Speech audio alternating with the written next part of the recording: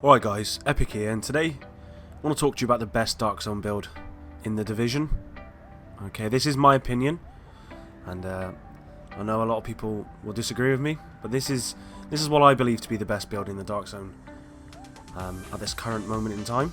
Okay, so I just want to go through my character here. Now, my character isn't exactly what I want, okay, but I'm getting there, alright, so bear with. So ideally, I think you should have almost a tank build. Okay, and what I mean by almost is you should certainly look to get your armor mitigation up to 65%. Now if you're not aware of what your armor mitigation is, I'll show you. You've got a survivability here on your character.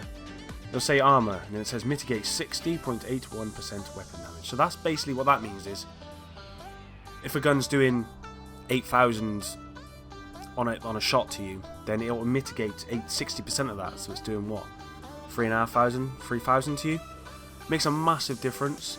I believe that the highest you can get on the armor mitigation is 65%. And if you're running solo, which, I mean, this is mainly for solo players, then that is really important. And that obviously goes in hand with your stamina and health. If you're running solo, you want high health, and there's no point in being a glass cannon when you're solo. Okay?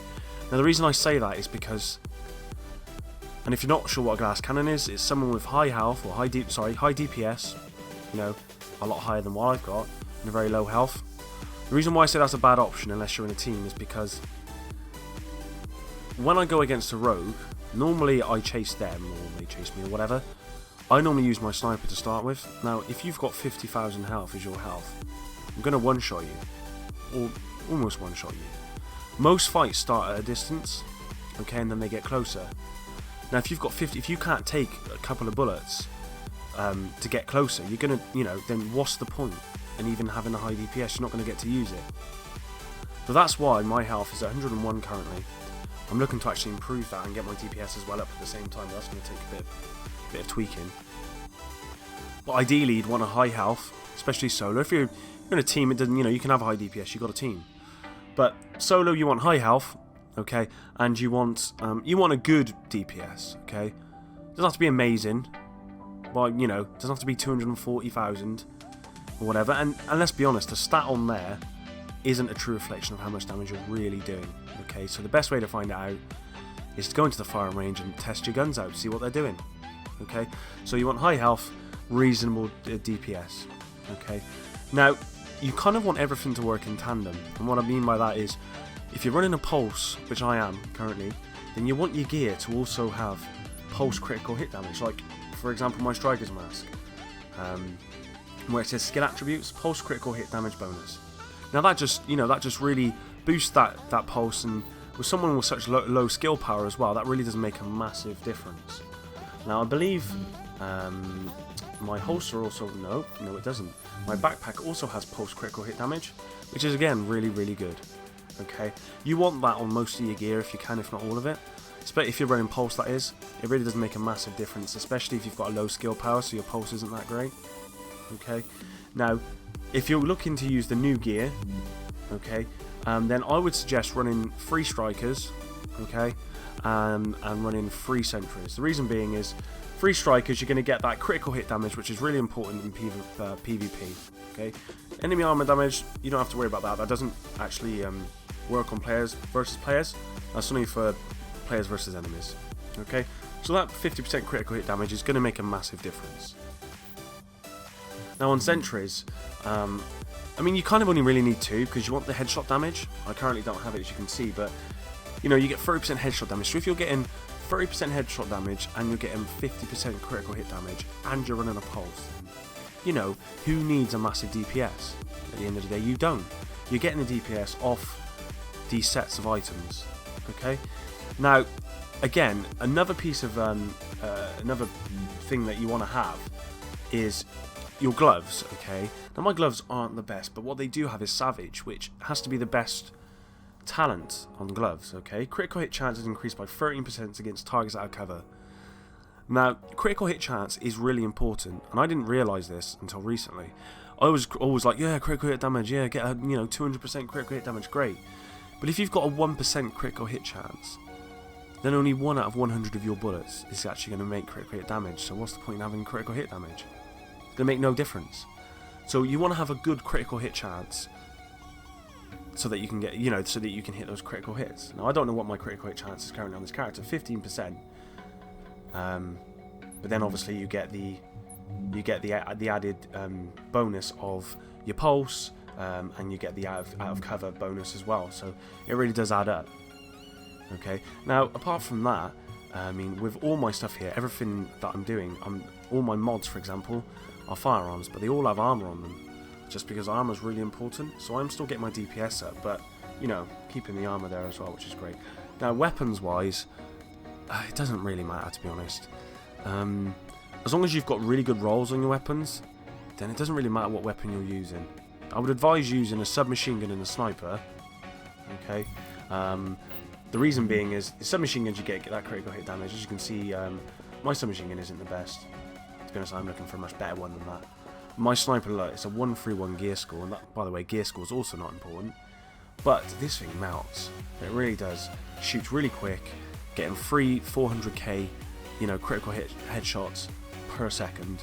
It's massive. It makes a difference, and that's what I mean. If I'm hitting someone for 30, 40k from a distance, they're a glass cannon. They're dead, almost. What's the point in having a high DPS if you can't even get in close to use it? To be honest. So. In regards to your build guide, that would be my advice, okay? So it's tanky, but it doesn't lose its DPS too much. I know people with 105% health, 105 health, or 65% armor mitigation, low skill power, and their DPS is like 95. I think that's too far. You're not going to kill anyone with 95 DPS. I mean, that's obviously, I was talking about the stat on here, but I mean in general, actually, when they've used it in the fire range and they've worked their numbers out, you're not going to kill people that they're going to be able to use medikits and whatnot too quickly, okay, and they will melt you. But I think my DPS is good, okay, and I think that's what you should be adding for, going for 140 plus with a 100 plus health, 65% armor mitigation. Perfect. I think that's the perfect solo build in the Dark Zone. As I said, if you're running as a group, it's very different. You can be a bit more experimental. Okay, I'll touch up a little bit on skill power. In my opinion, skill power, unless you're running a skill power build, so you're just running your build on electronics and maybe health, then there's no point in having a high skill power as long as your gear and everything is working in tandem to activate and maximize your ability.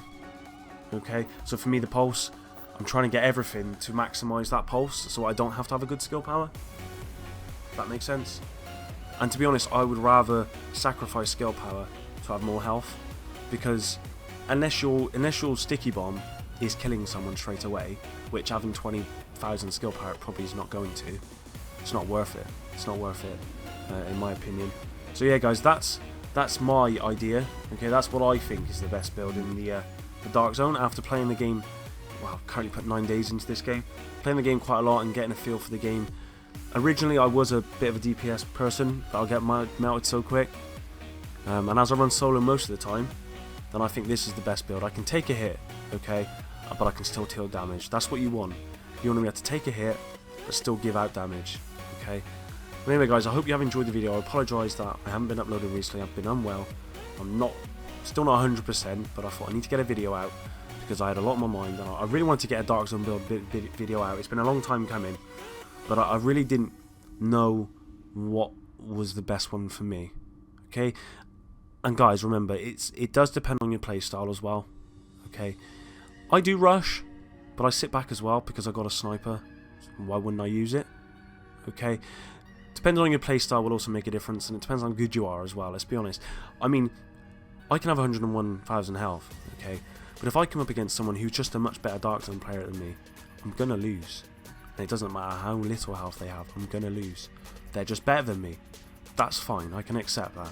Okay? But the majority of the time, I don't. I'd probably win 7 out of 10, 8 out of 10 of my gunfights. Purely because I have a high health and they just can't kill me.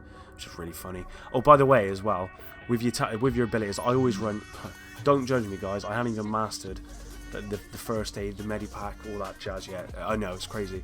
But I always run so much just with health. Just adds to that health, okay? It really just adds to that health and keeping you alive, okay? Because that's the most important thing in the Dark Zone, is staying alive. And you're not going to stay alive with 30,000 health, I can promise you that. Not against my sniper. Anyway guys, hope you enjoyed the video. If you do, please like and subscribe. I will be bringing a lot more once I'm up and running and back in killing mode. Stay tuned for the next one, and I'll catch you later. Peace.